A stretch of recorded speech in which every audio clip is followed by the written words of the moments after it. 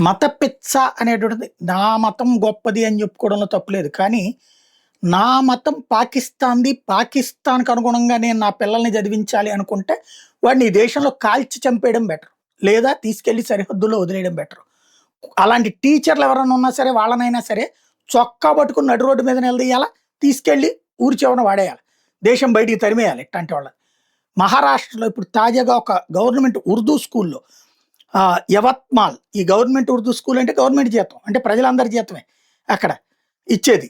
ఆ స్కూల్‌లో స్టూడెంట్స్‌కి పాకిస్తాన్ మిలిటరీ వార్ సాంగ్‌కి అనుగుణంగా నేర్పుతున్నారు. ఏది కవాత్ చేయడం. పాక్ ఆర్మీ 1965లో భారతదేశానికి వ్యతిరేకంగా యుద్ధం చేసినటువంటి సందర్భంలో ఏ బ్యాంగ్ అయితే పెట్టారో ఆ బ్యాంగ్‌తో అక్కడ విద్యార్థులు కవాత్ చేపిస్తున్నారు. ఇది చూసిన స్థానికులు ప్రభుత్వానికి కంప్లెయింట్ ఇవ్వడంతో ఇప్పుడు అంశం మీద పెద్ద చర్చనీయాంశమైంది.